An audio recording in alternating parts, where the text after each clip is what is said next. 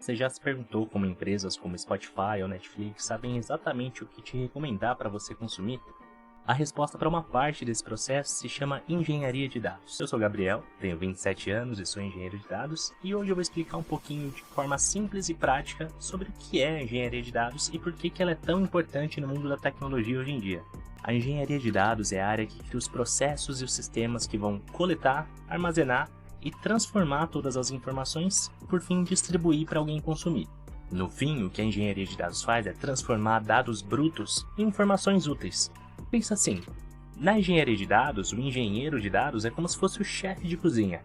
O chefe de cozinha, antes de montar o prato que ele vai servir, ele precisa antes coletar todos os ingredientes, juntar e saber exatamente a receita que ele vai seguir para transformar todos aqueles ingredientes e aquele conjunto de informações no prato final.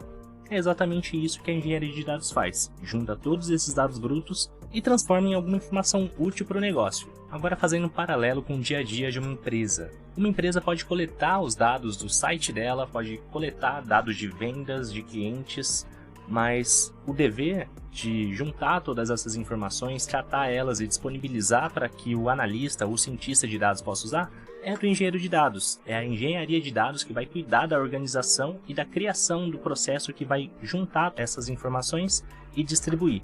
Agora o exemplo prático que está na vida de milhões de pessoas e inclusive pode estar até na sua. Vamos falar do Spotify. O Spotify processa milhões de dados o tempo todo. Seja as músicas que você escuta, as músicas que pessoas que têm gosto parecido com o seu escutam, ou até o horário do dia que você mais escuta música. Tudo isso, todas essas informações, vão passar pelo processo da engenharia de dados que alguém criou para justamente guardar todas essas informações e alimentar os algoritmos de recomendação.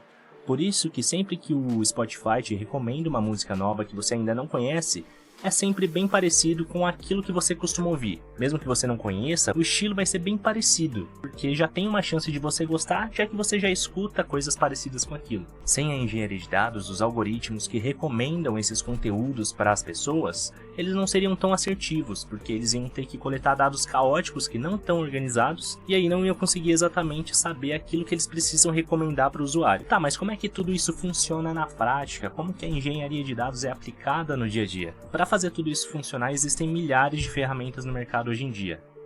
Mas tem algumas que são principais na engenharia de dados. Banco de dados no geral, linguagem SQL, ferramentas GTL, que são as ferramentas que facilitam essa parte de extração, transformação e carga de dados. A gente pode explicar um pouquinho mais sobre DTL em outro vídeo. E linguagens de programação, como Python, por exemplo, que hoje em dia é a linguagem mais usada por engenheiros de dados e cientistas de dados também. E é claro, além de dominar as ferramentas, o engenheiro de dados ele precisa entender o negócio, ele precisa entender quais são os dados que ele está lidando para conseguir gerar esses insights e essas informações para a empresa ou para o cliente que ele está atendendo. Se a gente puder resumir um pouquinho do que é engenharia de dados, a gente pode dizer que a engenharia de dados é a arte de usar ciência, matemática e tecnologia para organizar e transformar dados para gerar insights, criar experiências e gerar valor para um negócio. Um exemplo de experiência são as sugestões da Netflix. Às vezes você descobre uma série nova que você nem imaginava que você ia gostar, mas que a Netflix te recomendou, porque com os dados que você forneceu para o sistema,